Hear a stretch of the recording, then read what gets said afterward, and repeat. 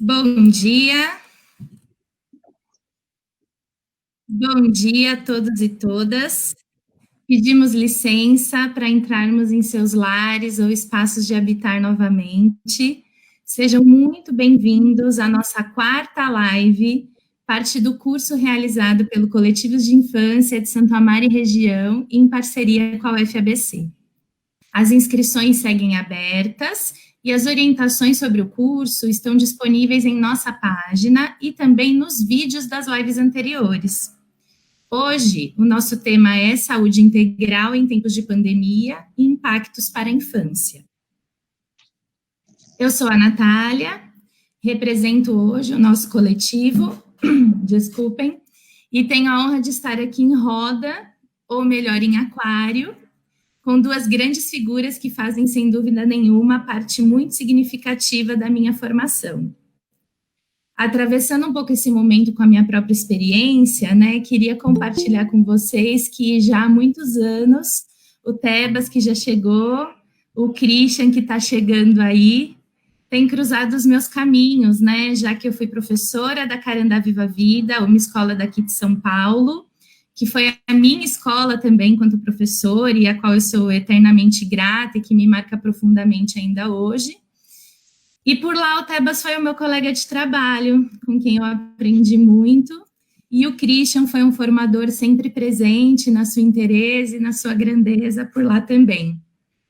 O Tebas ainda marcou as minhas ações como palhaça e contadora de histórias, já que a minha formação vem muito de um grupo teatral, do qual ele fazia parte, jogando no quintal. Um pessoal incrível, né, de teatro e improviso, que quem conhece sabe do que eu estou falando. E apesar de serem duas pessoas que dispensam apresentações, eu vou contar aqui um pouquinho para vocês da história de cada um. O Cláudio Tebas é filho da Inês, tem saudades do pai Nelson, é pai da Luísa e do Rafael, marido da Cris e padrasto da Sofia e da Bianca. Tem 6 cachorros que ama como filhos e enteados. É educador, escritor, mas fundamentalmente palhaço. É cofundador das Forças Amadas, sem o R, grupo especializado em atuar na reconstrução humana de moradores de regiões que passaram por algum tipo de catástrofe, como em Teresópolis, no Rio de Janeiro, por conta das chuvas em 2011. Ele é criador também do Play Monday, Transformadores de Instantes, um movimento de conexão humana através da ludicidade, da brincadeira, que já foi realizado em 7 países. É coautor, ao lado do Christian, do livro Palhaço e Psicanalista, Como Escutar os Outros Pode Transformar Vidas, pela editora Planeta. Sua websérie, que eu também recomendo, chamada Fala Que Eu Não Te Escuto, já foi vista por mais de 1 milhão de pessoas no YouTube. Suas conferências se destacam por unir diversão e conteúdo de forma profunda e surpreendente, e já foram assistidas por mais de 500 mil pessoas em todo o Brasil. Foi palestrante no TEDx Jardim Botânico e mestre de cerimônias do TEDx Vila Madá e TEDx FM USP, né, Faculdade de Medicina da USP. Já o Christian é psicanalista, professor titular do Instituto de Psicologia da USP, junto ao Departamento de Psicologia Clínica. Obteve o título de livre docente em psicologia clínica após realizar o seu pós-doutorado na Manchester Metropolitan University. É analista membro da Escola de Psicanalista do Fórum do Campo Lacaniano e fundou e coordena o Laboratório de Teoria Social, Filosofia e Psicanálise da USP. É professor convidado em mais de 20 universidades estrangeiras e também colabora com o Instituto Itaú Cultural. 2 vezes foi agraciado com o Prêmio Jabuti pela obra Estrutura e Constituição da Clínica Psicanalítica e Mal-Estar, Sofrimento e Sintoma pela Boitempo. É coautor, ao lado do Tebas, de O Palhaço Psicanalista, Como Escutar os Outros Pode Transformar Vidas, pela editora Planeta. Então, estamos aqui com essas belíssimas trajetórias para pensarmos juntos sobre a saúde integral das famílias, e em especial dos bebês e das crianças, nesses tempos de pandemia. A temática tem aparecido com frequência, direto ou indiretamente, nas perguntas e nos comentários que os educadores têm registrado em nossas lives. E vivendo esse momento tão inédito da nossa história, né, em defesa pela vida, vamos todos buscando como não sucumbir à quarentena, procurando formas de resistência micro e macropolíticas. Eu penso que, num âmbito mais privado, algumas problematizações giram em torno da realidade familiar que constitui esses sujeitos, do aumento do consumo de substâncias, dos conflitos, da violência e até das descobertas daquilo que sou, daquele que mora ou divide o período de isolamento comigo, da necessidade de descobrirmos novas formas de lazer, de cultura, de diversão, novas formas de diálogo, de interação com o mundo, nas relações, já que as nossas emoções não entram em quarentena e, pelo contrário, até ganham um destaque maior. Então, nós entendemos ainda que a forma como a inserção dos bebês e crianças é dada nesse contexto modifica toda a sua experiência, ou até a ausência dela enquanto atravessamos tudo isso. Até mais que nós adultos, os corpos dos bebês e crianças sentem o distanciamento na pele, com a falta do convívio em comunidade, com a impossibilidade dos abraços dos avós, do toque de outras crianças, de outros familiares que no cotidiano fazem parte das suas vidas através do corpo, né? Dessas interações que são mais inteiras. E aí a gente começa a se perguntar, como não reconhecer o mundo pela boca? Como não conhecer o outro pelo toque? Como mantemos a alegria, o afeto, a inventividade e como minimizamos os efeitos dessas faltas? Num âmbito mais macro, mais político, digamos assim, lidamos com as problemáticas sociais, com as estruturas fundantes e desiguais desse país, com a vulnerabilidade, com a lógica de produto e mercado em que é preciso ocupar o tempo com aquilo que é tido como produtivo e muitas vezes com a ausência de políticas e equipamentos públicos para nos atenderem, isso quando não lidamos com as necropolíticas. Temos ainda um SUS sucateado e concepções complexas de saúde, por vezes voltadas muito mais à doença do que voltadas para o bem-estar e ao bem-viver. E no atravessamento disso tudo está a escola, estão os professores e professoras, estão as crianças, os bebês, estes que pouco ou quase nada participam das regras do jogo, apesar de serem parte integral dele, né? Ainda tem o medo da retomada, da doença, da morte, da perda de mais vidas. E é nessa perspectiva toda complexa e com a pista de que o poeta se aproxima da criança por ser uma voz que escuta e que todas as exigências de uma alta ciência da vida somente podem vir a serem realizadas através do humor, como nos diz a obra O Lobo da Estepe, eu finalizo essa fala inicial, passo a bola para vocês e volto para a conversa com comentários e perguntas das pessoas que estão nos assistindo. Obrigada, gente. Eba! Vai tu, Tebas? Tô com saudade, Cristian. Oi, Nath. Bom dia, bom dia. Puxa vida, tanta coisa, né? Essa coisa do humor, acho que também tem que nos une muito, né? Ao psicanalista e ao palhaço. Eu vou só fazer uma breve fala sobre isso, como que o palhaço trabalha, imagina o humor, né? Que o humor para o palhaço não é o humor do entretenimento, é o humor da diversão.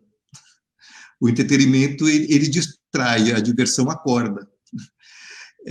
Então, acho que a ideia desse humor que o palhaço ajuda a trazer, e acredito que o psicanalista também, é esse humor que coloca a gente em contato com a gente profundamente, para a gente poder ter um olhar mais atento sobre o riso que está aqui do nosso lado, pedindo para ser rido, e a gente acaba não rindo. Então, acho que o humor do palhaço e do psicanalista, já falando pelo Cristian, é esse humor do despertar. Bom dia, Cris, o que você acha? Que saudades, Tebas! Também. Quando isso tudo começou, Tebas e eu nos encontramos e começamos a perceber, nos encontramos assim, né? Contamos agora, a perceber que havia algo muito contrário à nossa prática nessa experiência toda da Covid. A começar pelo fato de que ela é introduzida como uma coisa que não é uma brincadeira, né?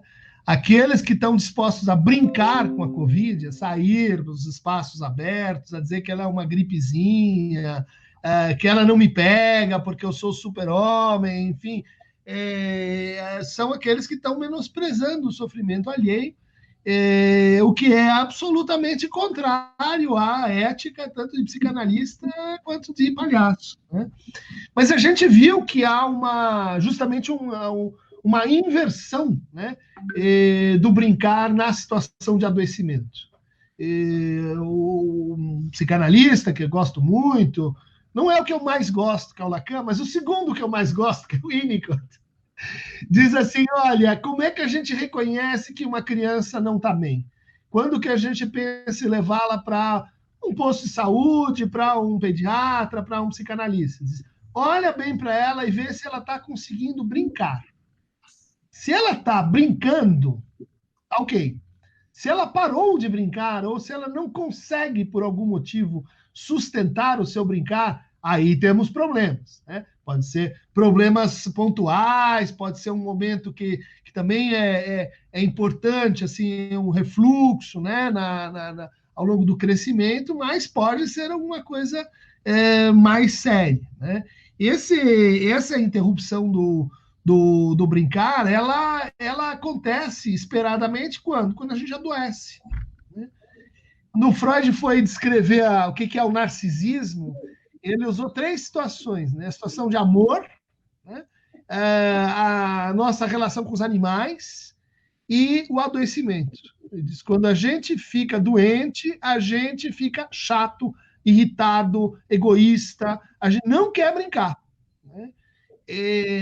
Bom, essa situação do Covid, ela forçou a gente a uma espécie de reforço narcísico, inclusive porque nós temos que, assim, pensa em sobrevivência, pensa em cuidado, pensa em manter, pensa em se defender, né?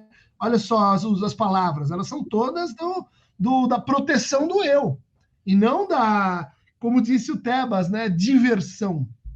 Diversão, eu acho incrível essa história, Tebas, porque, de fato, o entretenimento tem que ver com ter, possuir, entreter. Eu tenho, você tem, então a gente vai entreter, mas a gente vai exercitar nossa capacidade de ter, de possuir, de proprietários, né?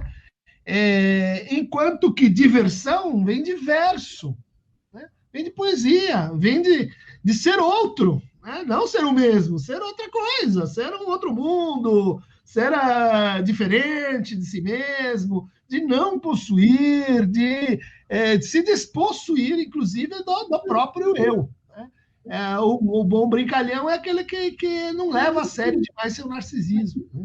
Mas nessa situação, por isso eu estou dizendo, essa situação ela é um desafio para palhaço e psicanalista, porque é um desafio para o brincar.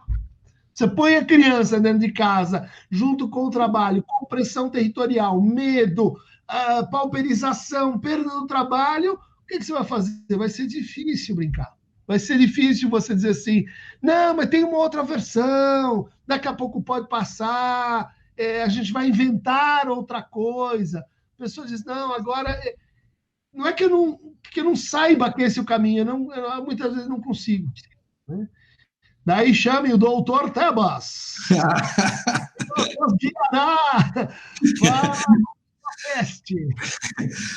Olha, Cristian, que saudade, meu. É sempre um prazer te escutar, aprendo um monte. Aconteceu uma coisa interessante aqui, o palhaço ganha presentes dos acasos, né?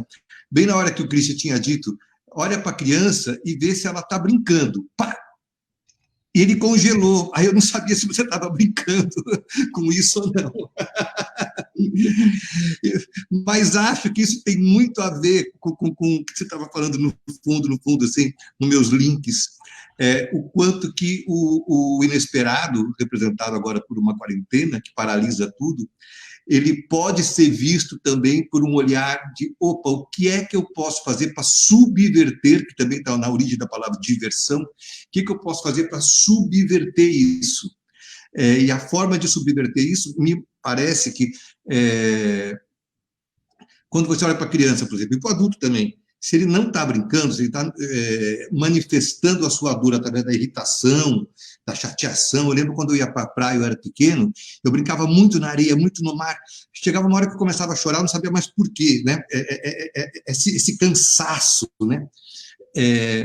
Então, me parece que a ausência de adversão sinaliza um estado de estar mal, de não estar bem, mas, por outro lado, a diversão pode também ser o remedinho que ajuda a recuperar a própria diversão. Como que você oferece situações lúdicas para desviar, diverter, diversificar a realidade, né? Então, eu vou falar uma coisa bem prática. Estava falando com a Nath antes de começar, que eu sou muito do operário, eu gosto dessa mão na massa. Sobrou para mim, aqui em casa, nas divisões de tarefas, uma coisa que é simples, mas na constância vai me irritando, que é encher um filtro de barro, aquele filtro grande. Eu acho que essas coisas miúdas, eu acho que o que acaba o casamento não é o caráter da pessoa, é a cuequinha que não joga no meio da sala, chega uma hora você não aguenta mais aquela coisa. E aí a mesma coisa, eu não aguentava mais encher aquele filtro, aí eu inventei uma brincadeira para subverter a chatice daquilo. Falando como funcionou para mim. Eu tenho uma torneira dentro que é bem lenta, e uma torneira fora que é mais rápida. Aí eu criei esse jogo, eu coloco uma panela na torneira lenta, e na minha cabeça o jogo, eu tenho que sair lá fora, encher a panela rápida, antes da panela de dentro transbordar. Aí quando eu volto, eu já estou com 2 panelas, eu encho o filtro de uma vez só. O que era muito chato virou um jogo. Eu acho que aplicar a lógica do jogo sobre a realidade, ela pode ajudar muito a gente a passar por isso, porque o jogo não tem que dar certo. Você não vê criança fazendo reunião de feedback para falar do pega-pega. Nós temos que falar agora do seu zigue-zague, hein, João, né?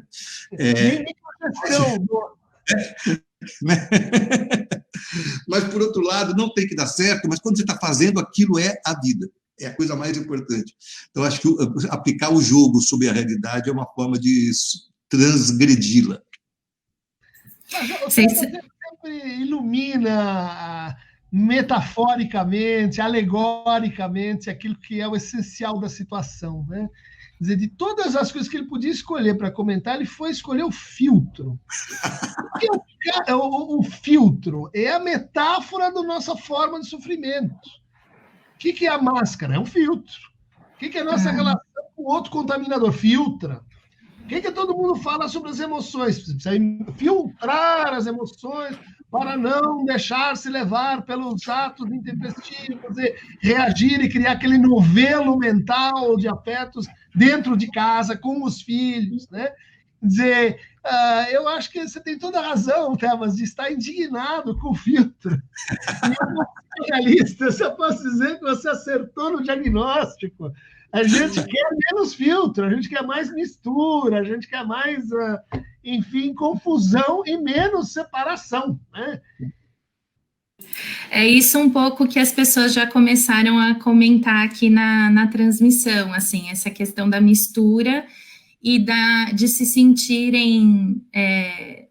classificaram como uma tristeza e até como uma impotência, como manter as crianças em distanciamento, né? Então, pensando nessa questão da volta, como faremos isso, né? Nós que trabalhamos com bebês e crianças bem pequenas e até com as crianças maiores, e o quanto quem tem a criança viva todos os dias no seu cotidiano acaba sentindo falta disso, né? Vou até falar de uma experiência minha, né? Eu, assim, sentindo muita falta das crianças, muita falta da escola, quando começaram aquelas piadinhas na internet, deixa 3 dias a mãe com a criança que ela vai descobrir a vacina, deixa não sei quantos dias a família com uma criança, como se a criança fosse um estorvo dentro da nossa cidade, um estorvo dentro das famílias, e ela atrapalha a lógica produtiva, né? Então, não é o home office que atrapalha a relação do pai e da mãe com a criança, é a criança que atrapalha o home office, as tarefas de casa e tudo mais. Então, queria só contar um pouquinho para vocês dessa minha sensação e da sensação das pessoas com relação ao estar próximo da criança, para vocês comentarem. Eu acho que a gente tem, nessa situação, 2 caminhos, provavelmente eles vão se combinar. Um é o caminho do brincar, o outro é o caminho da disciplina, né? Um é o caminho do medo, o outro é o caminho da incorporação gradual do risco, porque o brincar também é risco, né? O brincar ela pode terminar mal, né? Como aquele bom contador de piada e o mau contador como eu sabemos assim quase sempre, né? Errou o tempo, falou naquela não era boa piada. Né? A disciplina ela funciona mais rápido. Então vamos lá. Distanciamento social, 1,5 m, lava a criança, compra a máquina de despoluição da criança quando ela entra na escola, né? De descontaminação. Isso tudo, em alguma medida, vai ter que ser ensinado e, assim, cobrado. Né? Vai ser uma nova ordem disciplinar que está chegando. Toda a questão é até onde a gente vai se fanatizar com essa ordem, até onde isso vai tomar corações e espíritos e a gente vai virar, vamos dizer assim, sujeitos em permanente proteção com o outro. O outro caminho, que é o do brincar, ela vai exigir da gente uma espécie de seleção de coisas que já estão na criança. Do tipo, quem é que não sabe brincar de onde está, fica? Ou, como chama hoje em dia, congela. Estátua. Parou, parou. É uma prática que a criança pode desdobrar a partir do seu brincar, né? Integrando que, olha, agora a gente vai ter um jogo que você pode ir e você tem que ficar a uma distância, senão não vai ter mais recreio. Acabou o recreio? A gente sabe as consequências nefastas disso aí. Vai ter que ter recreio. Então, como é que a gente vai poder brincar criando e respeitando uma certa distância? É a partir da ludicidade de cada criança.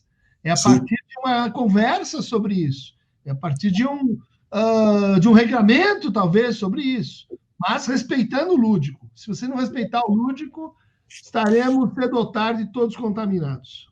Super, super. Nossa, isso vai ficar gravado, né? Dá vontade de reescutar as coisas, sabe? Quando você trouxe o estorvo, para mim me pegou assim, caramba, meu. A gente se refere à criança como esse estorvo mesmo. O que me ocorre como palhaço, e o palhaço trabalha no encontro com a sabedoria da criança que está na gente, da gente, é que toda vez que você achar, suponho isso, que a criança está sendo um estouro para você, é porque a sua criança interna já está sendo um estouro para você também. Toda vez que você não se conciliar com a sua criança, a criança de fora vai ser um estorvo, porque não vai ter diálogo.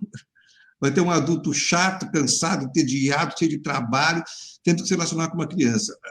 A forma de desestorvar é a gente oferecer para a criança que tem na gente ainda, é recordar ela, né?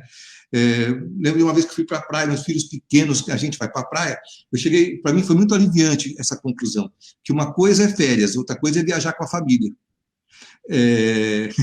Férias é quando você não tem compromisso com nada, você pode, e quando você viaja com a família, você tem, né? E eu estava com meus filhos pequenos, eles estavam sendo um estorvo para mim. Eu lembrei isso instantaneamente, por isso que me pegou. Porque eles estavam pedindo atenção e eu estava querendo férias. E, né, eu só fui perceber que o choque desse adulto chato, não, filho, agora não pode, agora não. Só fui perceber que esse choque poderia ser minimizado quando eu dei a mão para o Claudinho aqui, fui fazer castelo de areia e me divertir com eles. Quando você oferece para o seu filho a criança que você está negando em si. Né? Acho que é um pouco isso. Uhum.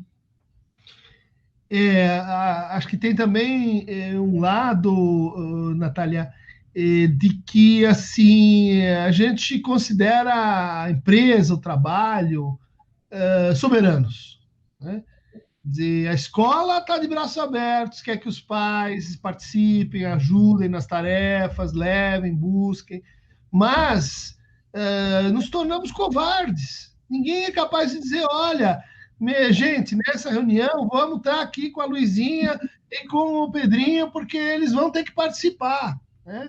Isso foi acontecendo ao longo da quarentena, talvez possa gerar um reposicionamento dessa partilha, né? De o trabalho. A criança a gente tem que acomodar ela no trabalho. Nunca, né? A gente não fala do trabalho para eles, a gente não traz eles nas reuniões, a gente considera assim um estorvo para quê? Né? Para a produção. a produção. Então, se a gente quer, por exemplo, mulheres de fato no trabalho, em cargos de direção, vai ter que ser com as crianças juntos, cada uma do seu jeito, cada uma no seu, vamos dizer assim, na sua negociação, mas vai ter que vir junto, senão não vai ter transformação social. Concordo.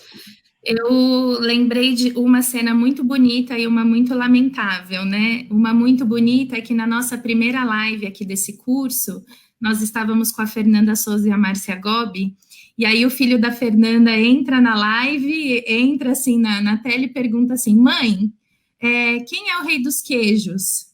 Era uma adivinha, né? Eu queria saber quem é o rei dos queijos. Aí a live continua, aí a Márcia Gobi fala assim, vamos só contar para o Gonçalo que o rei dos queijos é o requeijão.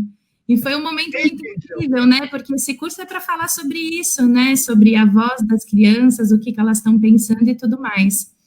E a cena lamentável que eu lembrei é a do Miguel, né? O menino de Recife que faleceu e que todo mundo está acompanhando, em que a gente acaba tendo contato com muitos comentários que dizem a mãe tem culpa porque levou o seu filho ao trabalho, antes de se questionar por que a mãe estava trabalhando, né, numa atividade não considerada essencial e por isso precisando levar o seu filho, já que todas as mulheres da família estavam trabalhando para aquela família, né? Uhum. Eu acho que, infelizmente, naquele evento aconteceu ou pelo menos teve uma parte, assim, né, de algo que está na cultura escravista do Brasil, né, que é a ideia de que a criança negra, ela não é bem uma criança, ela é um trabalhador. Ela é um trabalhador em potencial. Ela é alguém que já está, sabe, indo, entrando, ou então um infrator, porque já está assim, crescida potencialmente, né? Eu acho um caso complicado, porque envolve várias coisas, mas envolve essa ideia de não é bem só que eu descuido, ele não precisa de cuidado, porque ele já é um trabalhador, né? Então ele já está no contrato, ele já está na ética de você virar, ele já sabe como funciona, ele já é hiperresponsável, eu não tenho que ter a mesma proteção que eu tenho para os filhos de brancos e etc. Né? Nossa, bem o mundo assim que vocês falam isso. Sim, acho que a criança negra, ela, do jeito que a gente vive nesse Brasil, nesse mundo, pelo que eu escutei você falar isso no meu coração, assim, Cris, a criança branca a gente educa, a criança negra a gente capacita, porque ela, no fundo, vai ser a mão de obra necessária. Sim. E aí, Tebas, tem pesquisas que eu acho que a gente vamos incorporar, né, que mostram como isso se reflete numa política em que a criança negra ela é menos exposta à brincadeira. Ela tem que crescer mais rápido. Precisa ajudar a família, ajudar os pais. Então vamos fazer ela crescer rápido, enquanto que a criança branca ela é exposta a períodos de brincar, de ócio criativo, que vão fazer a diferença lá na frente. Né? Existem algumas pesquisas colocado junto com o direito à literatura, homenageando aí Antônio Cândido. Né? Existem algumas pesquisas que falam até do colo também, né? Que as crianças, tanto nas escolas quanto em suas casas, as crianças negras recebem menos colo, né? Dos adultos. Voltando aqui um pouco aos comentários, apareceu o filme, acho que por conta da sua fala, Tebas, da diversão, o filme A Vida é Bela, do quanto aquele pai ia tentando, de alguma forma, tornar um momento tão difícil da sua vida como algo lúdico para que o filho não lidasse de cara com aquela realidade tão concreta, né? Então, apareceu no comentário. E muitas perguntas e muitas angústias mesmo voltadas para essas crianças que vão voltar com muitos lutos, né? Muitos lutos pelas famílias, pelo desemprego, pela violência doméstica, pela falta de brincadeira. Na nossa comunidade, A gente tem muitas famílias que moram em lugares em condições muito precárias, né? Então, um espaço garantido para a criança é um desafio, né? Nós, enquanto educadores da rede, ficamos o tempo todo nos equilibrando entre não constranger as famílias com as nossas propostas, como algo totalmente impossível para ser feito em casa, enfim. Então, veio como que isso pode impactar a saúde e o desenvolvimento dos bebês e das crianças, né? E como a gente lida com todos esses lutos sem o nosso corpo, né? Eu penso um pouco como o Christian, que eu acho que tinha que ter ali na entrada da escola, uma higienização geral para que dentro da escola pudesse acontecer tudo que sempre acontece. Mas a gente sabe que né, a realidade talvez não seja essa. Então, vem muito, acho que a gente percebe que os professores da rede estão muito preocupados com esse retorno, porque eles vão ter que reinventar o que eles fazem melhor, que é esse acolhimento da criança e esse valor para o corpo, né, para o estar junto, para esse encontro que é inteiro, que é pele, enfim. Oxi, posso pegar uma coisa aqui, Cris? Manda, Tebácios. Ai, caraca, eu acho que a solução é simples como perguntar para a criança como é que a gente resolve isso. Porque a criança vai saber. Tem aquela história um TED, do Ken Robinson. Com esse nome, ele parece que ele viajou com a família Robinson, perdidos no espaço, né? Ken Robinson. É um educador, é um TED muito famoso, e é lindo o TED, e ele fala da história da menininha. Eu vou contar isso e vou contar o que aconteceu comigo agora semana passada, com uma criança, mas acho que uma coisa introduz a outra. Você sabe a história da menininha, Christian, desenhando? Eu acho ela simbolicamente incrível. A professora, essa menininha, ela não se interessa muito por nada, seus 5, 6 anos. Aí a professora não sabe muito como resolver aquilo, e aí ela dá um monte de papel e pede para eles desenharem.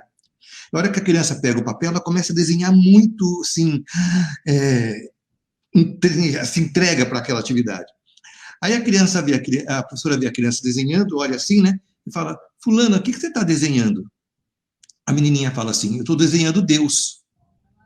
Aí a professora fala: mas fulana, ninguém sabe como é que é Deus. E a menininha fala: deixa eu acabar de terminar, você vai saber.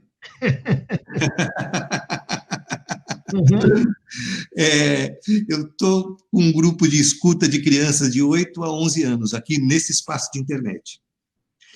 E as soluções que eles trazem para os problemas que a gente, às vezes, como é que vai fazer? São as mais incríveis. A gente sempre começa com uma roda de piadas, que é a forma da gente se soltando quando eles estão falando das mazelas do dia a dia. Estou amando fazer esses encontros. São 18 crianças, assim, só as telinhas aqui aparecendo. E uma delas, para falar da solução, inventar Deus, uma delas queria contar piada. Semana passada, isso, eu estava com muita vergonha. Eu quero contar, mas estou com vergonha. Eu falei: Ian, você vai ter que encontrar em você o que te mobiliza a conseguir fazer. Aí ele estava lá, aí ele falou assim: espera um pouquinho, só tive uma ideia. E ele sumiu do quadro. Puf! De repente ele voltou com um copo, e aqui no copo ele colocou uma folha escrito coragem. Aí ele falou assim: vou tomar coragem. E agora isso mobilizou. Sempre que o grupo precisa, todo mundo tem o seu copo da coragem. Sempre que o grupo precisa falar alguma coisa que não consegue, brinda-se a coragem e faz. Essa história é porque eu acho que a solução do encontro, que não pode ser aqui, ó, pegou, abraçou, pulou, é pedir para a criança: como é que a gente faz para encontrar o outro sem fazer isso? E escutar as crianças, como o Christian diria, um bom sujeito, capaz de resolver as questões, né? Acho que sim, Tebas, mas talvez a gente possa também ajudar ela a encontrar esse copo de coragem, né? No teu relato, aconteceu uma coisa decisiva que eu vejo ser muito difícil para pais e também para a escola, que ele falou: pera um pouquinho aí, e ele sumiu, né?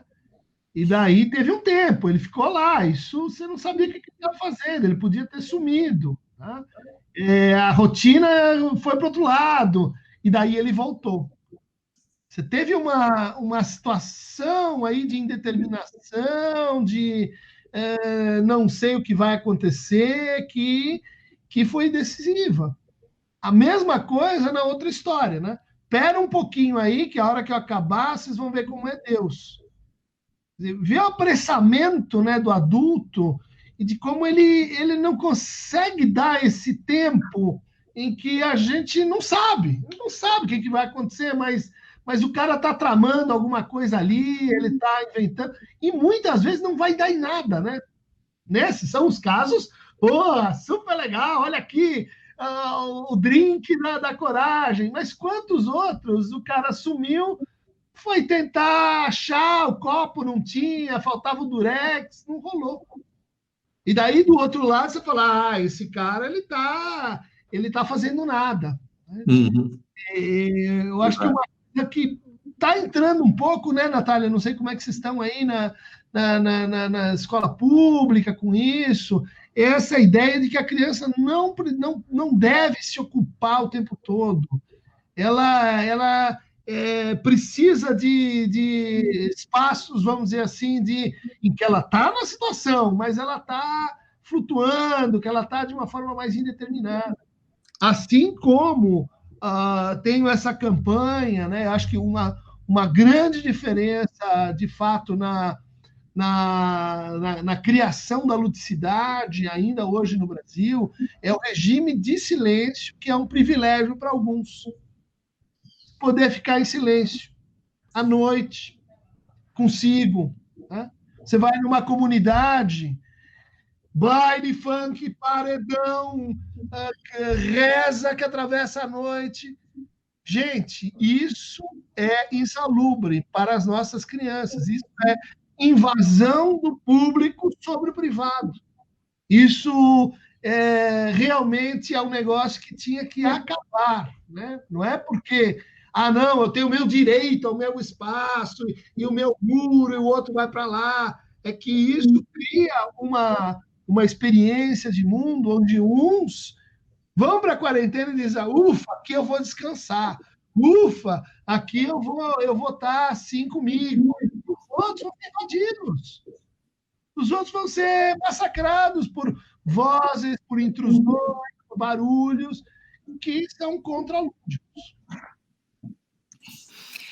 Então, comentando um pouco isso, Christian, a gente tem construído os nossos currículos na rede, né, em especial para a educação infantil, pensando mesmo nessa valorização extrema da brincadeira, da pesquisa, da investigação e desse tempo diverso, onde cada criança é uma mesmo, né, e tentando chegar a essa construção de valorização dos silêncios e dos seus pensamentos e das suas hipóteses, e aí, de novo, a gente vem com um obstáculo que é esse distanciamento, onde a gente tem muito mais dificuldade de escutar as crianças, e a gente tem muito medo de voltar a ser prescritivo, né? É muito difícil para o professor desconstruir isso e dar o protagonismo real que a gente diz que dá, né? O protagonismo infantil, ele é muito forte nos nossos discursos, e o nosso grande desafio é trazer isso para a prática diariamente, né? Que ele seja realmente ali o condutor do tempo, do espaço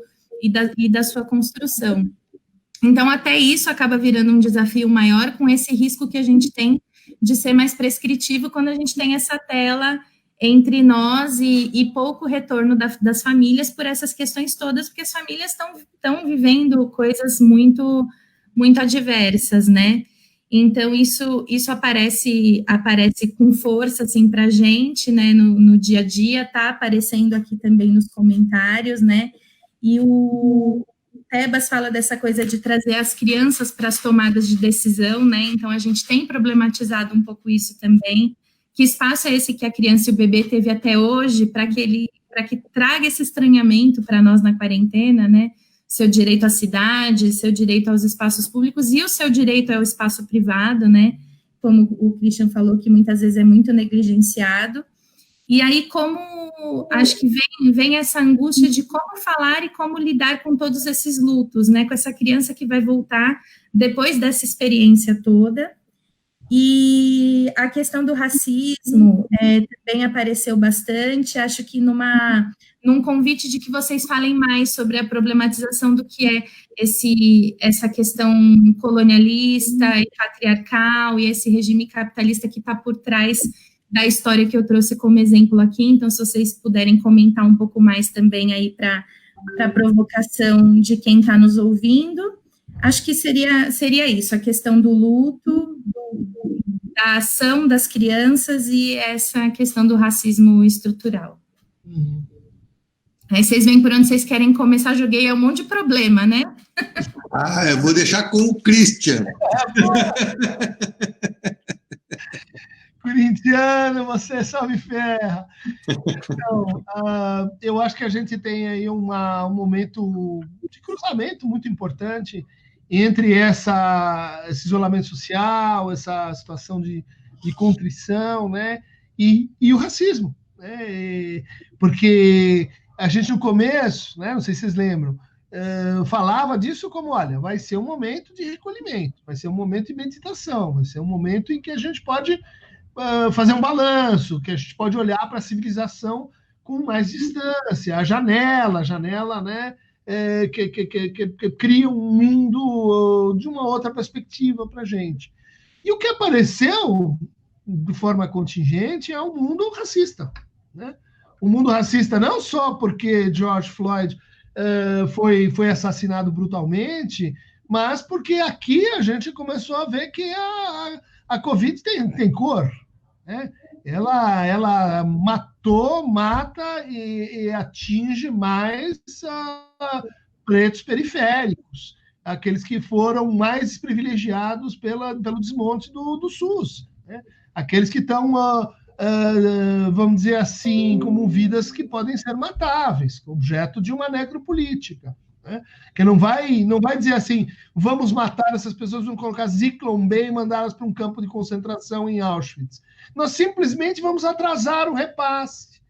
Então, os 200, 300 reais vão demorar a chegar, vão chegar mais aqui, não vão chegar lá, os invisíveis não vão ter, nós vamos demorar para comprar as vacinas, as máscaras vão demorar para se instalar, a quarentena vai demorar para... Bom, todos esses procedimentos que a gente viu morosos, atrapalhados, eles não são só inépcia, eles não são só o fato de que falta profissionalismo na gestão pública. Elas são uma política para matar as pessoas, né? Isso, então, coloca em relevo acidentes e casos em que você vai ver, não, mas é a população negra que está sendo, vamos dizer assim, objeto de um desfavorecimento seletivo, né? A minha questão aí, de fundo, tenho debatido isso, é que, de certa forma, a direita e a esquerda fizeram um acordo com relação aos afetos hegemônicos no qual essa conversa está se dando. E esse afeto é a culpa. Então, hoje, a gente não consegue discutir transformação social sem passar da gramática da culpa. Que não, tudo bem, faz parte, mas ela é o primeiro capítulo, né? E quando eu digo gramática da culpa, não é só a culpa é do outro, é também que se ela não for do outro, ela é minha. E daí ela é sua. Então ela é tua também. E aí esquerda e direita se casam nesse afeto. E a gente não consegue ir da culpa para a responsabilidade. A gente não consegue ir olha, temos um passado escravista, como faz para repará-lo? E aí tem a minha terceira psicanalista favorita, que é a Melanie Klein. Ela estudou a culpa, ela diz, olha, culpa, ela tem um tratamento que chama reparação. Fiz errado, como é que eu faço algo junto com você? É assim que a gente conserta. O que a gente está tendo? Rituais de expiação. Sou culpado, e agora? Sou culpado, e agora? Se penitencia, e agora? Peca de novo, né? Isso não precisa se enganar, isso as religiões sabem fazer antes da gente. Culpa, penitência, brutaliza o culpado e volta a fazer a mesma coisa. Porque a culpa, ela desloca o agente da ação. Ela diz que quem pode mudar isso é o outro. Tipo, caiu um avião, pergunta, quem é o culpado? Por que a gente precisa saber logo o culpado? Para que seja outro. E daí vou em frente. Nós temos que mudar isso aí.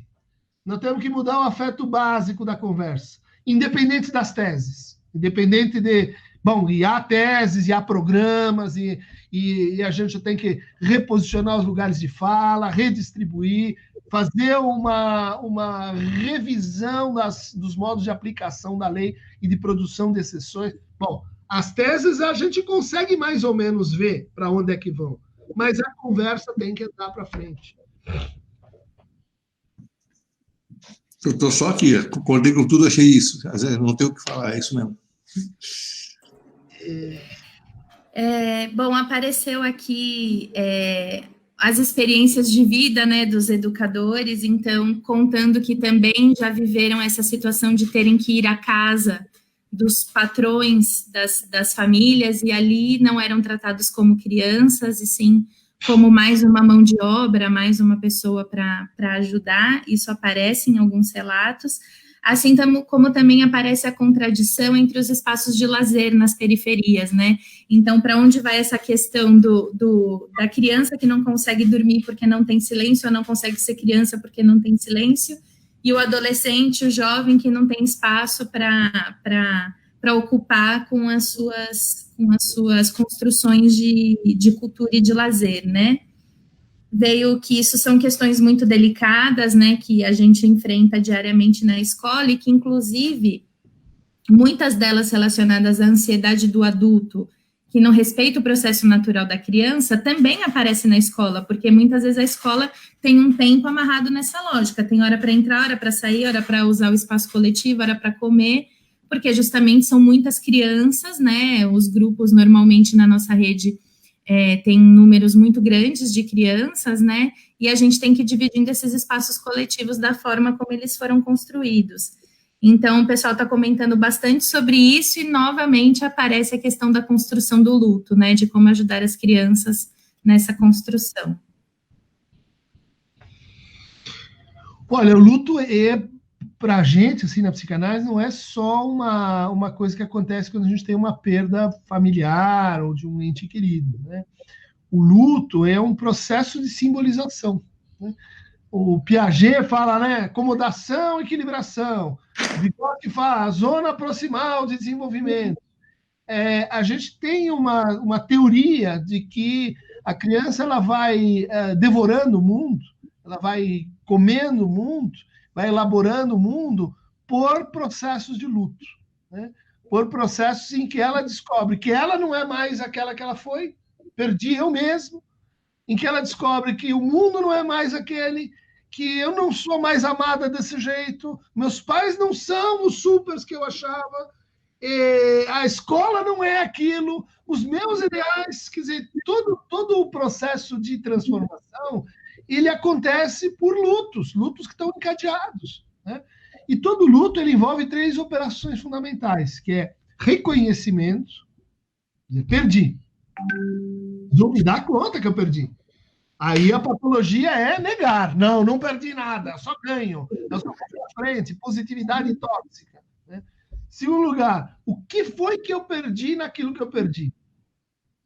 Aqui tem um trabalho cognitivo, né? Do que é feito isso? Do que era feito a gente? Pensa, cada amor que acabou, a gente faz essa pergunta. Do que era esse laço aqui? Uma investigação. A gente vai comprimindo, até que aquilo cria uma coisa nova na gente, né? Não é à toa que os grandes escritores, todos têm livros sobre o luto, em cima do luto, né? Porque o luto, ele não é só um processo de assim, eu vou aceitando e uma hora aceito que dói menos. O luto termina quando a gente cria. E muita gente nem se dá conta disso. Às vezes a criação é um novo gesto, é uma nova coisa que tem no mundo, é uma nova brincadeira, né? Mas termina com a criação. Então, cada um está num momento dessa confusão toda com esses tempos, e um bom escutador é aquele que vai fazer onde essa criança está e, às vezes, dar um empurrão que ela precisa. Né? Olha, essa última fala toda, Christian, podia estar na introdução de um livro de palhaço. É extraordinário ver a quantidade de pontos em comuns, que é como se fosse realmente a mesma coisa, assim, cada qual com o seu jeito de ver, né? Uma das coisas que eu mais tenho dito falei ontem, porque eu estou acompanhando um grupo de escuta, que não é de criança, mas é outro grupo. O que você tem que, o Best Palhaço costuma falar isso, o que você tem que reconhecer que perder, o que você tem que reconhecer que perdeu para ganhar? O que você tem que deixar para trás? Aceitar. Isso é muito, muito, muito a renovação que você fala desse novo criado palhaço. Porque a hora que você tira uma coisa, aparece, né, outras possibilidades, outra coisa na tua frente. Eu estava numa live outro dia,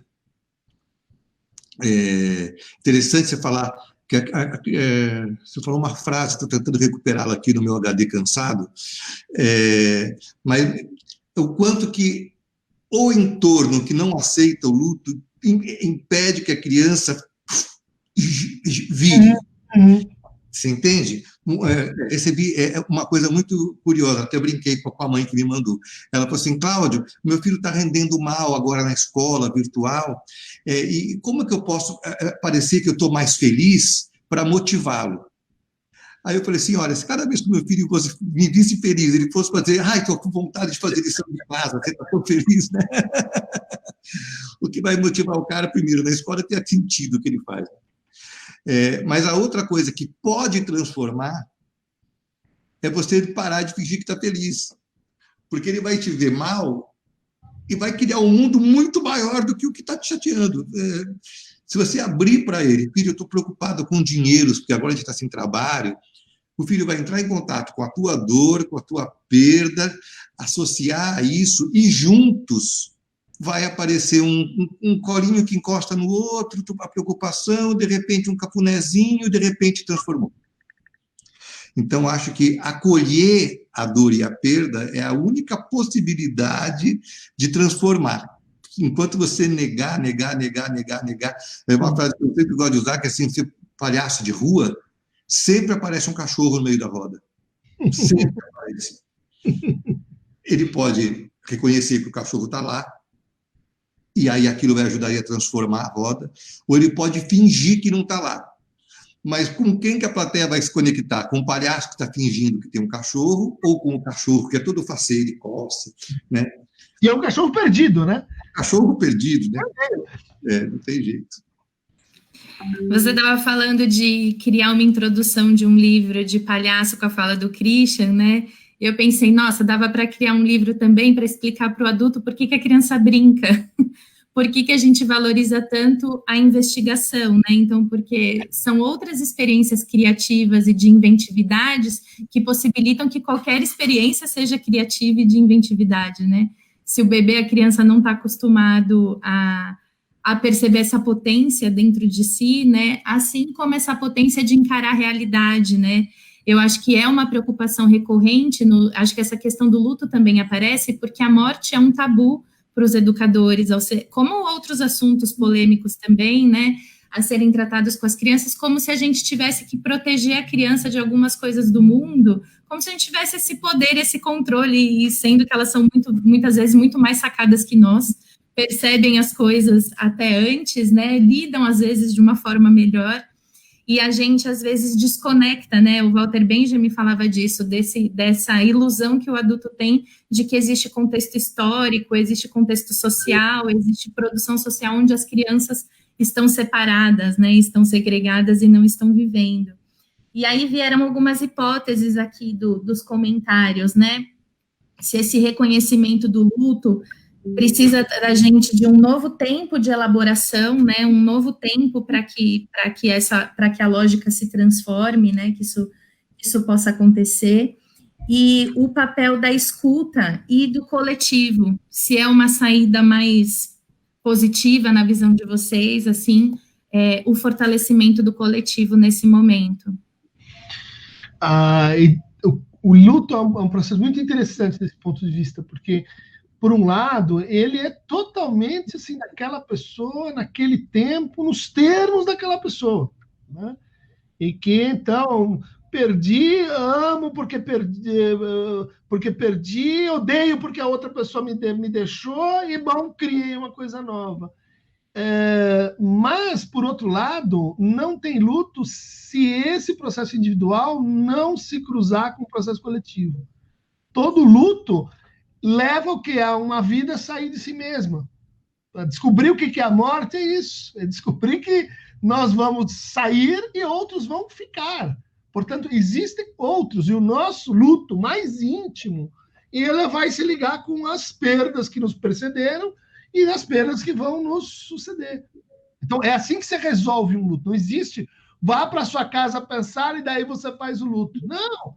Vamos pensar no luto aqui de cidade interior, né? Põe o corpo em cima da mesa, vem todo mundo, começa a falar da história daquela vida, e come junto, e enterra junto, e vela junto, é tudo junto. E deveria ser como é no ritual judaico, junto por, sei lá, 1 ano, Cádiz, né? Você fica encontrando, é necessariamente junto, porque essa coletivização é parte do dispositivo de simbolização. Ninguém vai simbolizar isso individualmente, né, fazendo o balanço daquela perda, porque individualmente aquela perda ela só é comensurável quando você a colocar para o outro, né? Quando você integrá-la no outro. Eu acho que atrapalha muito o processo de luto das crianças uma coisa chamada identificação, que é o inimigo público número 1 da relação entre crianças e adultos. A gente tem como uso corrente popular dessa palavra uma coisa boa. Olha, adorei, me identifiquei super. Você, como analista, quando ouve isso, diz, não! Tudo que a gente faz é desidentificar. Porque quando você se identifica, você olha para aquela criança sofrendo e quem você vê? You! Moi myself! Ai, como ela está, que pena! É você, só você ali. Você, quanto mais você se identifica e diz, eu vou fazer, porque é o que você faria se você fosse aquela criança. Tá cego, né? E a identificação, ela funciona assim mesmo.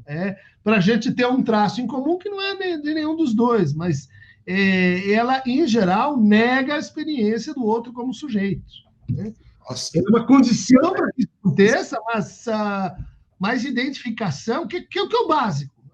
A receita básica de pais para filhos precisa de mais identificação, mais amor, por exemplo, mais felicidade. Você vê o caso que o Tebas contou. Eu vou ficar mais feliz e ele vai estudar. Qual é a teoria por trás? Identificação, pô! Olha, estou amarroado por muita coisa. Amei essa história da identificação, também tem muito a ver com palhaço, a gente escreveu sobre isso no livro. Eu acho que o que difere compaixão de pena, né? Quando você identifica no outro, está com pena de você, né? A compaixão é reconhecer no outro quem ele é, apesar de ele ser completamente diferente de você, né? É o outro ali, né? Que acho que para mim é um pouco a diferença da compaixão e empatia. A empatia é um caminho, a compaixão é o destino, assim, do outro, sabe? É simpatia e empatia. Isso, total. Empatia é outra coisa. A outra coisa que me veio também, essa coisa do luto individual que vai que abarca o coletivo, que na pergunta da Nath, e quando você fala, Christian, para eu viver o luto, eu preciso viver deixar para trás e recriar. E acho que aí existe um ponto de conexão do coletivo, porque o luto implica em o que eu deixo para trás, mas na hora que eu deixo para trás, eu encontro alguém para frente, alguma coisa nova. Então, um ponto A e um ponto B, né? Então, o que une um ponto A e um ponto B é um traço, e todo traço é um risco, né? Então, que risco é esse que eu estou disposto a correr para sair, né? Perfeito, Tebas. Perfeito e clínico. Porque isso que você está chamando de traço é aquele novo amor que cura o antigo. É aquela nova brincadeira que repara as que não deram certo antes. Oxi. Apareceu aqui num comentário e eu lembrei também de uma coisa que eu aprendi essa semana com a Joyce, que é uma educadora negra incrível, que trabalha na Ninquipa, no PIA, e está com a gente aí no nosso território, e ela estava falando que para os povos originários e para muitos dos povos africanos que vieram, né, aqui ocupar o nosso território, o contrário da vida é o desencanto e não a morte. E que a morte começa a ser algo muito penoso, muito triste, muito difícil, como uma herança desse colonialismo, né, do costume, tanto do costume do colonizador, quanto porque entram as políticas de morte, porque não é mais a morte como o fim do ciclo da vida, mas sim a morte como negação da existência, né? E o quanto muitas das pessoas que a gente convive junto todos os dias na rede vivem a morte de muitas formas, né? Porque são mortos quando veem os seus parentes sofrerem algum tipo de preconceito, uma ação policial violenta, quando as crianças são segregadas pela sua cor ou pela sua condição social, enfim.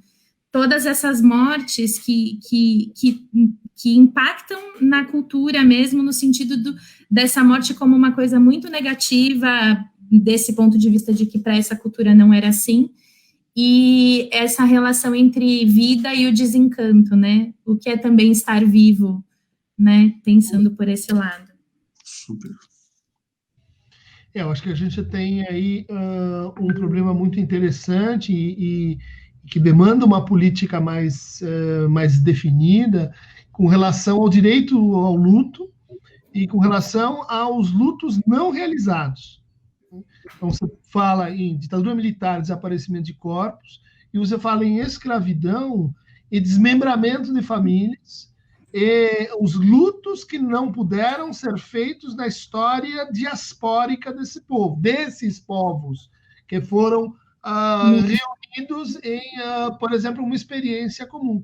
Hoje, no pensamento africanista, no pensamento negro, se discute muito a importância de um reconhecimento mais particularizado, né, da diversidade das experiências, das trajetórias, né, envolvidas numa espécie assim, de reconstrução de uma arqueologia dos que se perderam, dos lutos que não foram feitos e que não podem ser reduzidos a olha, vamos colocar numa vala comum e daí a gente faz o luto de todo mundo junto. Não dá para ser assim. Né? Então, vamos ler aí Fanon, vamos ler Grada Quilomba, vamos ler Ana Maria Gonçalves, vamos ler Lélia Gonzalez, para repensar o que é essa experiência do luto que está pendente, que não foi realizado. O que acontece quando a gente não realiza o luto? Fantasma! Ele volta para cobrar uma coisa que você não sabe o que é. Né? Então, olhar a psicopatologia brasileira, né, e do início do século XIX, eles se preocupavam com duas afecções que eram específicas dos negros. A paranoia dos negros, Nina Rodrigues tem textos sobre isso, dizendo, olha, o que acontece é que eles se sentem perseguidos. Porque eles estão sendo. Porque na procura que aparece a verdade da coisa. E a depressão. Né? O banzo, a perda, quer dizer, que em vez de dizer, olha, essa pessoa, esse povo está triste porque é um exílio forçado, vocês dizem, não, essa pessoa tem uma doença, chama-se depressão. Tem um ajuste de contas aí, né? Seria a diferença entre o sintoma e o sofrimento, né? Que você fala às vezes, né? Exatamente. Teba, você quer falar alguma coisa? Não, aqui, não? Tá. Já prepararam uma arapuca aqui para você nos comentários, viu? Vai se preparando. Ai! Veio aqui nos depoimentos também, alguns professores confessaram aqui a sua identificação com a turma. Ai, me identifiquei muito com a minha turma de crianças, de bebês e tudo mais, veio aqui ao confessionário, e aí eu queria que vocês comentassem a partir disso, se vocês puderem, um pouco dessa relação de entender o outro como sujeito ou entender o outro como objeto e o que isso tem a ver com a escuta. Vou trazer um pouco disso. Me identifiquei muito. Eu acho incrível que identificou. Isso não é um problema. O problema é parar aí, né? Paralisar. É muito comum, eu faço muito trabalho corporativo. É muito comum, até quase 100% do briefing me falam, Cláudio, tem muita panelinha, a gente quer que você comece já dividindo a turma. E eu nunca faço isso de cara. Porque eu acho que é importante, num evento novo, que chega um ser estranho, que a pessoa comece perto daqueles que ele se identifica, para ele sentir seguro o suficiente para atravessar o traço, para poder ir para o outro lado. A gente começa com quem a gente está junto, fala bom dia para quem a gente já conhece, dá aquele conforto. Estaria errado se fosse o evento inteiro assim. Então, aí é preciso correr o risco. Aí, depois que o cara se fortalece, se dá esse espaço de construção de ambiente afetivo, é que eu divido o grupo e aí ele vai trabalhar com outras pessoas. Eu acho muito importante a identificação. O que a gente não pode achar é que é isso, senão a gente não cria empatia. A gente vai ficar paralisado, e quando o outro começar a pensar diferente, vai ficar puto, vai ficar muito bravo, e a braveza sua não vai te mover em direção ao outro, né? Vai te fazer ir para cima dele, não em direção a ele. Não, o próximo livro, Tebas, a gente vai desenvolver essa teoria do correr o risco. Porque correr o risco é fazer o traço, né? Você pega o risco, e daí você corre o risco, e daí ele vira um traço. Pode inventar que o luto, a perda, envolve fazer esse correr o risco a partir de uma descontinuidade, né? A partir de a perda é uma descontinuidade, é um lugar, vamos dizer assim, onde a gente tem uma falta, onde a gente tem algo que manca, o que a gente chama, né, de vulnerabilidade, de incerteza, de indefinição, né? A identificação, eu repeti o que o Tebas colocou, ela não vamos dizer assim, ruim, mas ela é pouco e ela traz junto consigo um problema, né? Que é o problema do meu grupo, do meu eu, do nós, da bolha, se você quiser, né? Identificação, ela tem uma patologia que está associada com ela, uma patologia crônica e mal nomeada, que é a baixa autoestima. O que significa baixa autoestima? Eu não estou me identificando e eu não estou sendo identificado, né? Como é que você trata? Produzindo identificações? Mais ou menos, né? Mais ou menos. Produzir identificações é o começo, mas o que resolve é correr risco, é fazer do traço um risco. Apareceu aqui acho que essa questão do risco de duas formas, né? O relato de duas educadoras que contaram sobre crianças que perderam suas mães e a morte não foi anunciada, né? Então, a mãe foi viajar por um tempo, e aí fica essa sensação do desaparecimento, né? Como assim minha mãe foi viajar e me largou aqui, né? E como se, né, ainda responsabilizando aí a construção de uma relação anterior, e de uma criança que pergunta para a professora se a professora tem pai, a professora tem o pai falecido, e ela tenta explicar de um monte de jeitos, e a criança fala, professor, seu pai morreu, é isso? E aí, sim, é isso, né? Então, aparecem esses relatos, né, da verdade, da mentira, né? Eu acho que, de certa forma, é um pouco isso. E da decepção com o outro, o quanto quando a gente cria muitas expectativas, né, vai nos matando um pouco por dentro. Acho que isso tem a ver com o risco e a frustração também, né? Quando a gente trata o outro como objeto, cria muita expectativa, a gente acaba se decepcionando, e isso vai trazendo o distanciamento e a morte das pessoas de alguma forma, né? Então, apareceu também esse comentário da decepção. E, por fim, eu só queria dizer que vocês estavam falando aí do próximo livro, e me veio a imagem do Tebas com o rastrinho da água, assim, ó, pingando na panela. Podia ter o traço até o filtro. Pode ser, amei.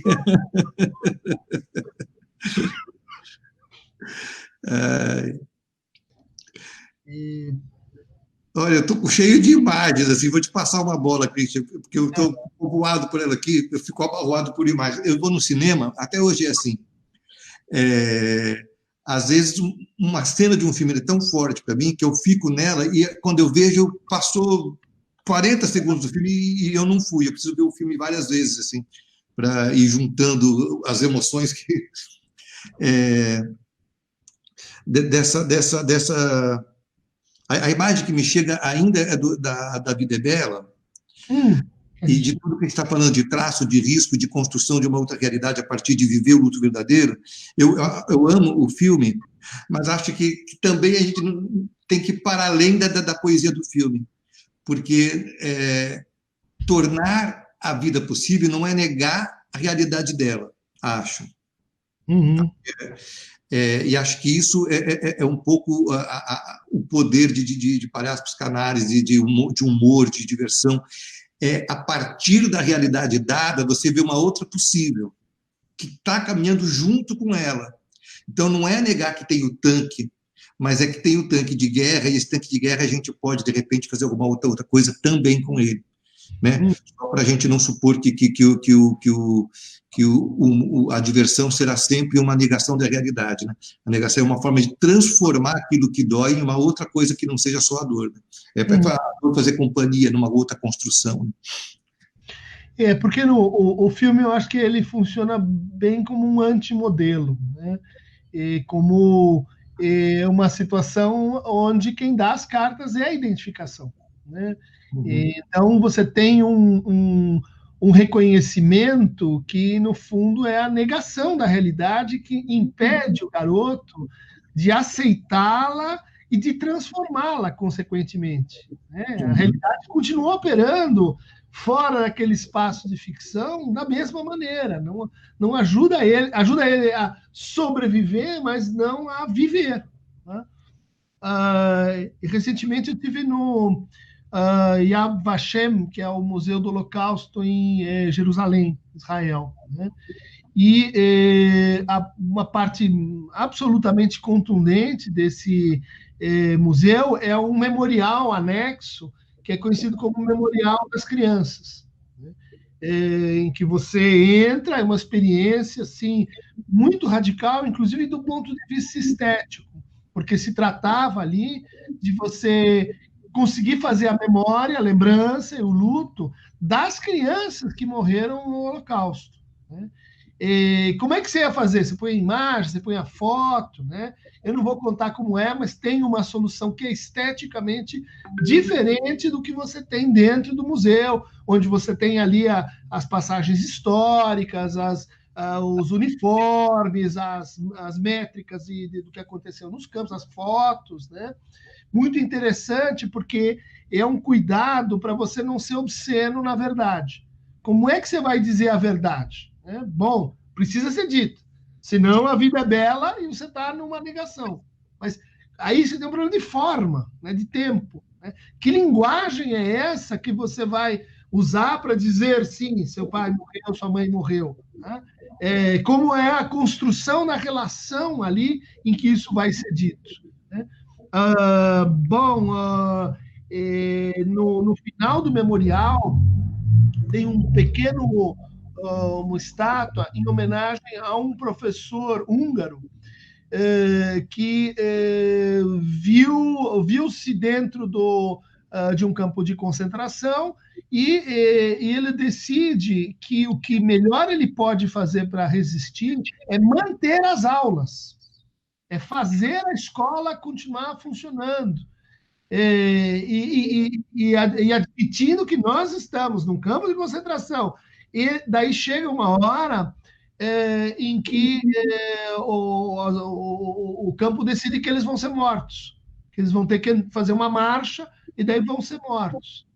E daí ele diz, como é que eu vou dizer isso? Ou se eu não vou dizer, o que eu faço com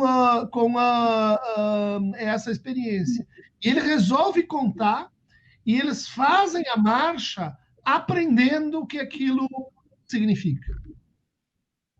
Você contando um para o outro, né? O que nós estamos aprendendo com o nosso próprio extermínio, com a nossa própria morte, com o que está nos sendo imposto. Né? Eu acho isso a resposta à altura para a vida é bela. Né? É a bela vida. Né? Foi aproveitada até o último minuto com esse senso de eticidade, né? Que eu acho que é por isso que ele tem uma bonita homenagem lá no museu do Yad Vashem. Né? Uau, puta história, né? E estamos aqui com professores, me ocorre tanto isso, né? Que é tão concreto, né? Que no fundo, a gente vai aprender até a morte. Né? Acho que essa...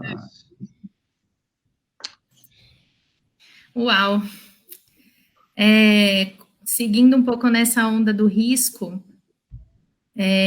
aparece muito o quanto a escola também, às vezes, vai destruindo os coletivos, vai desconstruindo, melhor, né? Não usar uma palavra tão pesada, mas vai desconstruindo os coletivos nessa tentativa desse afinamento e dessa identificação através da disciplina. Então, tal grupo não funciona bem, então o grupo tem, né, não é tão levado essa questão do vínculo, mas vamos separar aquelas crianças que nos causam problema a partir do seu encontro, né? Então, apareceu isso fortemente, né, para a gente se repensar quanto educador nessa construção de grupo, de escuta e de papéis, e como a gente vai rompendo com essa lógica, né, da disciplina e do comportamento que apareceu lá no início, né? E aí, pensando também aqui nessa questão do palhaço, Tebas, fico pensando o quanto essa trajetória de alinhar o meu trabalho educação ao de palhaço foi me ajudando com essa questão do risco, né? Porque para o professor é muito difícil entrar na sala de aula na incerteza. Então, assim, hoje, né, eu tenho claro que uma das escolhas da minha profissão é porque eu nunca sei o que eu vou encontrar no dia seguinte quando eu chego na escola. Então, é isso que para mim é precioso na minha escolha. Mas muitas vezes é um caminho de desconstrução, porque o professor não é visto assim pela maioria da sociedade, né? Ele tem que ser o detentor do conhecimento, ele não pode estar exposto ao ridículo, né? Então, o palhaço pode ser estorvo, o palhaço pode ser ridículo, o palhaço pode errar, pode jogar, mas o professor não. E aí, acho que no meio disso tudo tem a pressão de acertar num momento como esse, em que a escola é outro, e fica também aqui a hipótese, a pergunta de algumas pessoas, se não é o caso do professor e tocar mais na ferida mesmo dessas problemáticas, tanto macropolíticas, então assumindo o seu papel político e de transformação social, quanto no individual, no auxílio à construção desse sujeito, porque senão também é muito pesado para o professor, né? Toda essa elaboração para ajudar as crianças e os bebês nesse processo. Olha, do professor e palhaço é quase a mesma profissão, né? Obrigada por você ter falado, meu eu. Eu não poderia ter falado isso. O palhaço, ele tem a sua mala, né? Estou com minha mala aqui do lado, simbólica, mas às vezes concreta, que é tudo que você tem de repertório. Mas acho que um professor, assim como um bom palhaço, ele deveria chegar diante da classe vazio para ser preenchido pelas contingências do encontro. A mala de repertório é que vai oferecer a ordem para ele suficiente para ele sobreviver ao caos. Tem um amigo meu, palhaço e professor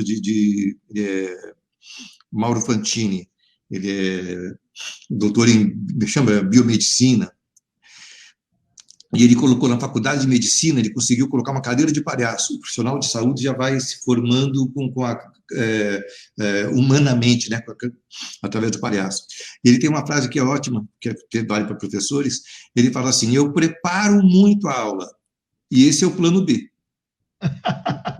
O plano A é o que vai acontecer na hora. Se não estiver rolando, eu vou para o plano B.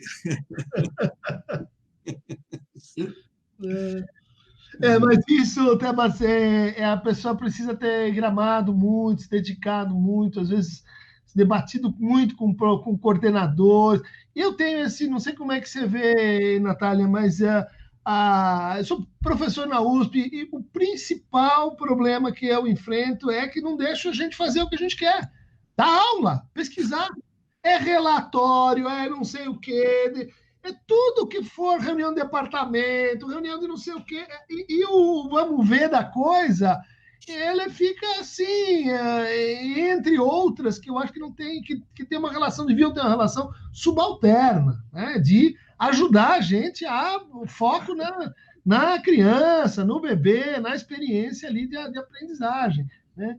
Eu acho que a gente precisaria vamos dizer assim, ter essa liberdade para ter o currículo como plano B, né?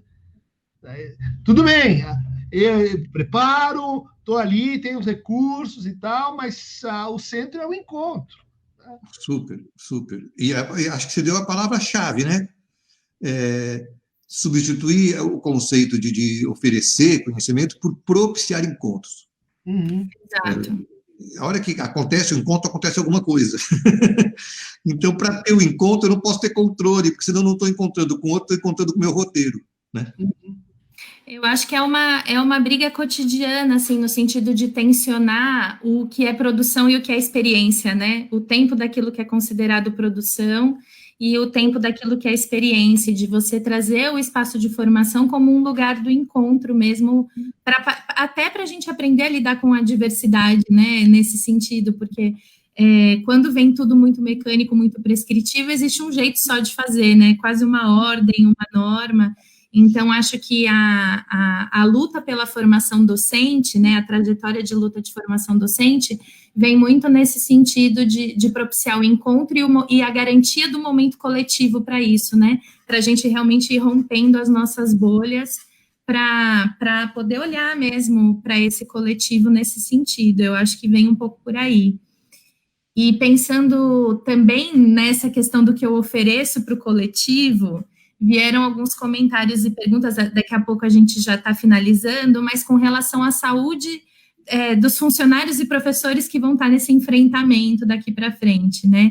Sim. Acho que se a gente for pensar no Aristóteles, né, na questão ética, cuidar primeiro de mim para cuidar do outro, e acho que as pessoas querem ouvir um pouco o que vocês têm a contribuir sobre. Tá todo mundo amando, viu, gente? E as pessoas acho que querem ouvir um pouquinho mais de vocês nesse sentido. Eu vou fazer assim, ó. Pergunta difícil para Christian Dunker. Eu vou botar a piada do professor de Química. Vocês conhecem essa? Não. Você conhece. É um professor de Química, vencedor do Nobel e tal, e passava a vida inteira viajando, fazendo conferências com o motorista, né? E daí, um dia, o cara diz assim, eu estou tão cansado dessa conferência, você já ouviu tantas vezes essa conferência, que vamos fazer uma brincadeira. Você se veste professor, eu me visto de motorista, você vai lá e dá a conferência. E daí chegou naquele dia, o motorista foi fez a conferência, só que dessa vez tinha um químico na plateia, que vira e fala, eu sei que é contra as regras, mas eu vou fazer uma pergunta. E faz uma pergunta... O benzeno duplo radioativo, uma pergunta cabulosa. Daí o cara para assim, olha, sua pergunta é tão banal, sua pergunta é tão ridícula, que eu vou chamar meu motorista para responder.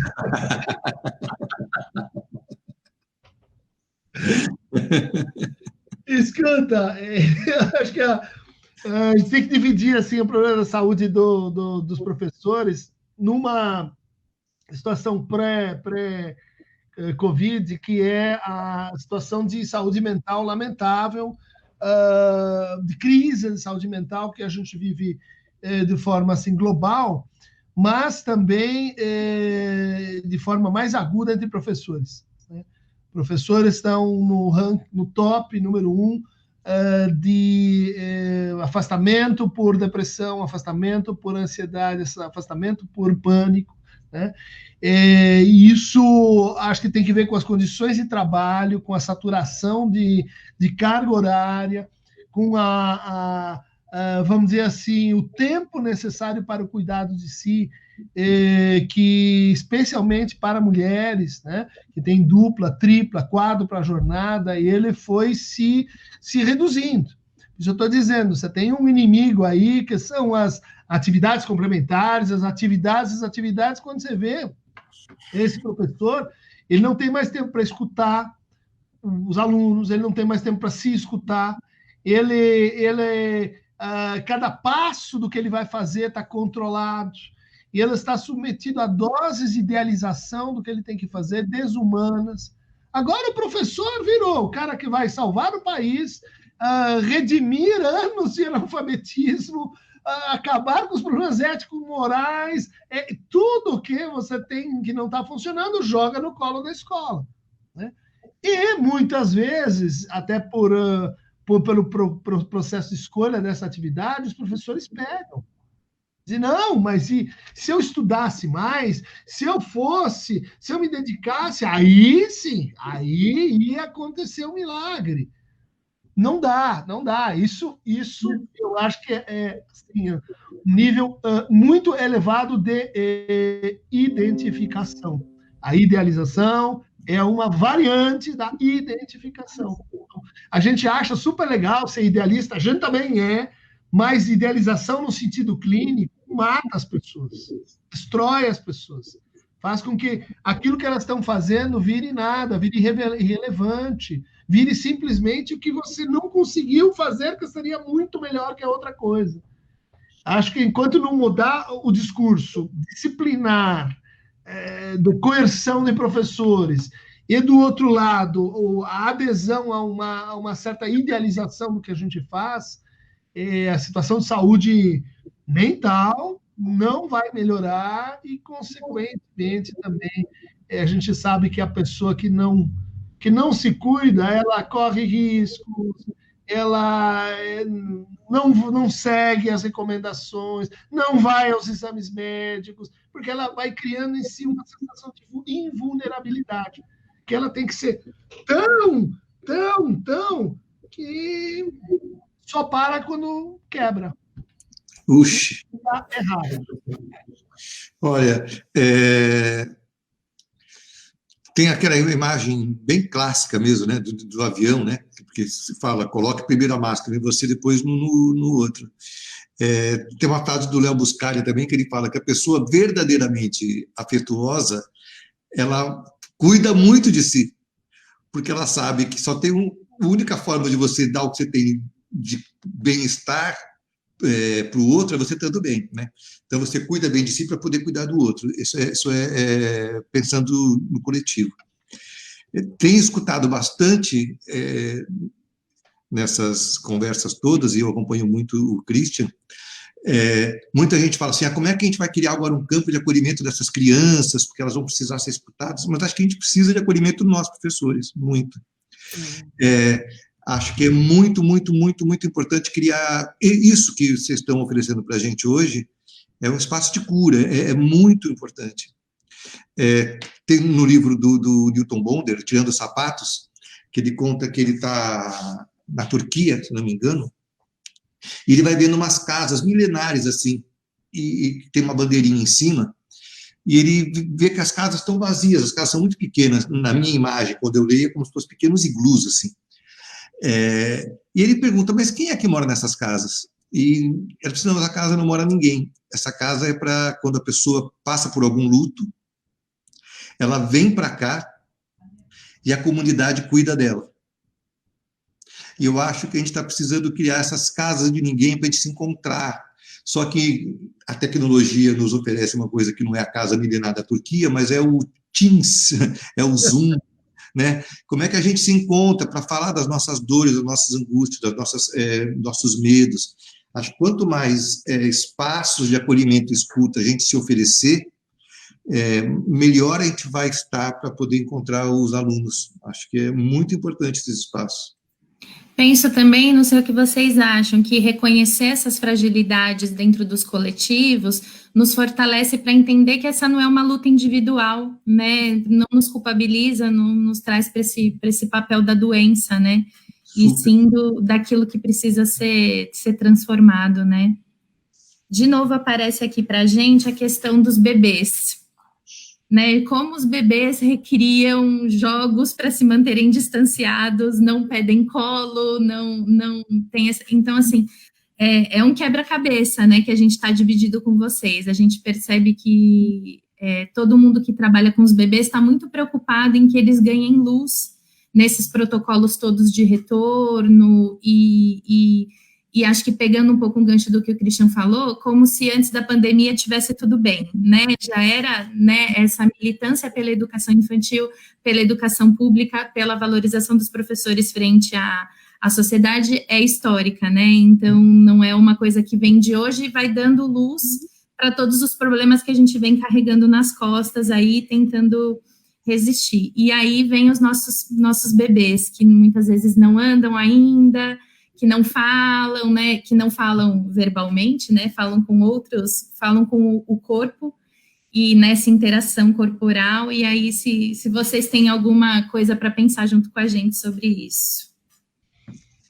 Eu acho muito interessante que... Vai, motorista de novo, tá bom.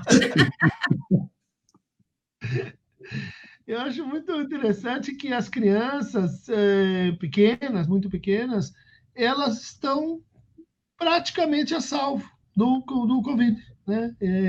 São raros os casos, né, de bebês contaminados ou que transmitem. Então, eu acho que a nossa preocupação é com aqueles que cuidam dos bebês, né?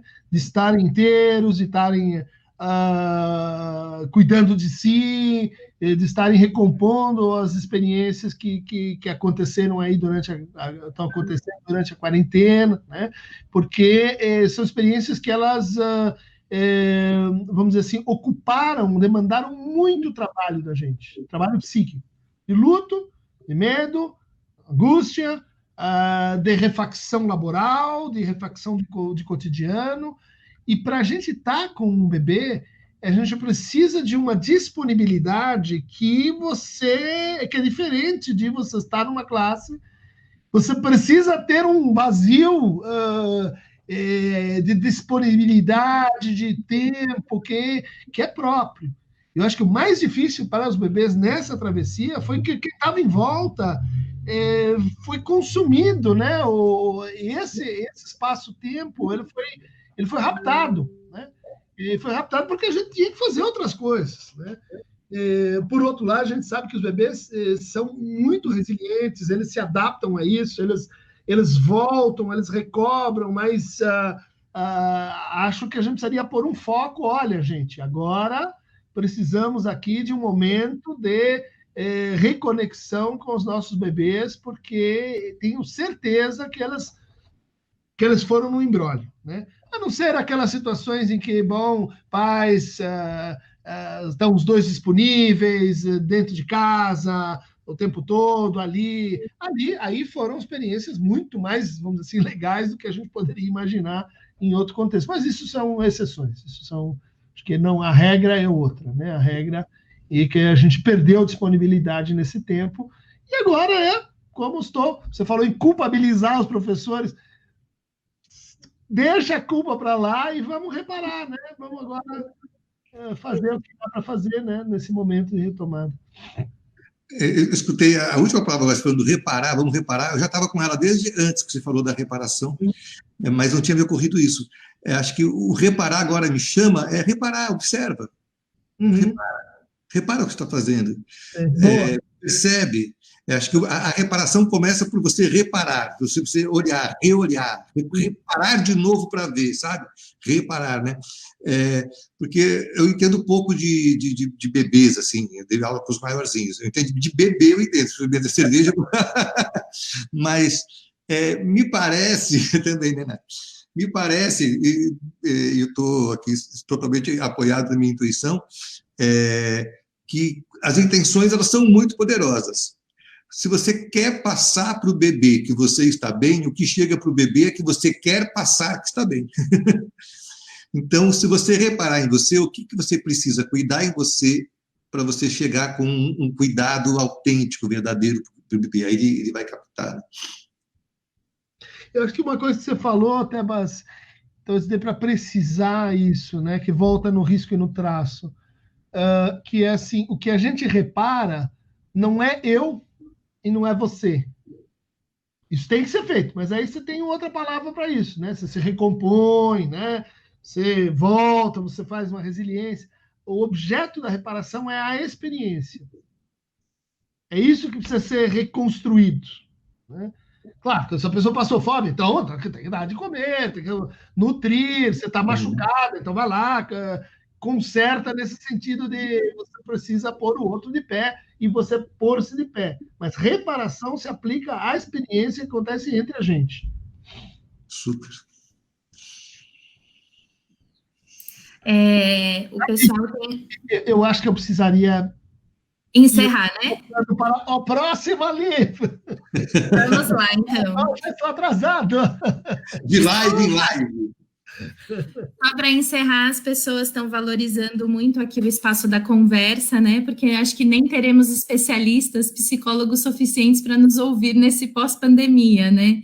Então, desses espaços de conversa que vão nos tratando e trazendo essa reparação no coletivo, né? Essa possibilidade. O nosso livro, Nath, ele está baseado é uma conta, né, que é objetiva. Não tem psicólogo, psicanalista para todo mundo que precisa, efetivamente. Por isso, ou a gente aprende a cuidar de saúde mental com o palhaço, a gente se torna escutador, toma isso como uma atividade para todo mundo, não é para especialista. O professor é um escutador, o palhaço é um formador de escutadores, né? É por isso que a gente está nessa batalha. É que não vai adiantar procurar psicanalista que não vai não ter. Tem. Tem um aí pulando de live em live, então eu queria muito agradecer. Desculpa pelo adiantamento do tempo, agradeço muito, foi muito, muito bacana reencontrá-los nessa situação. E a Arapuca, Tebas, as pessoas pediram para você fazer um jogo de improviso aí para a gente, alguma coisa relacionada à sua prática de palhaço para terminar esse momento de cura. Caramba! Eu e o Christian não fizemos, fizeram por nós, não que a gente não estava com vontade.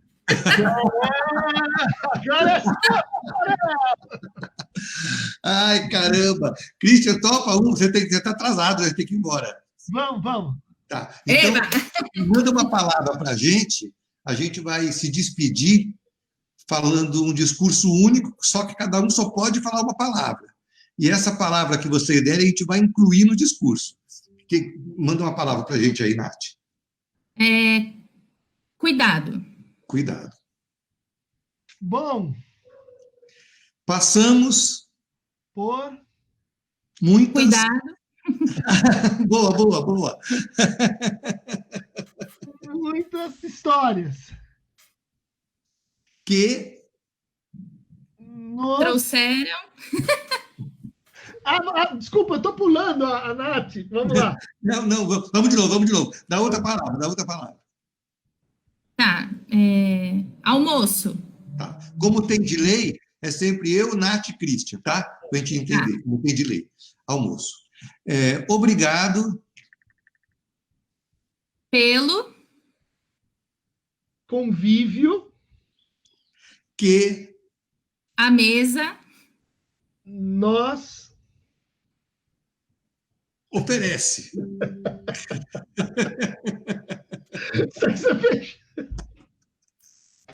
Eu não sabia se era nós ou nós.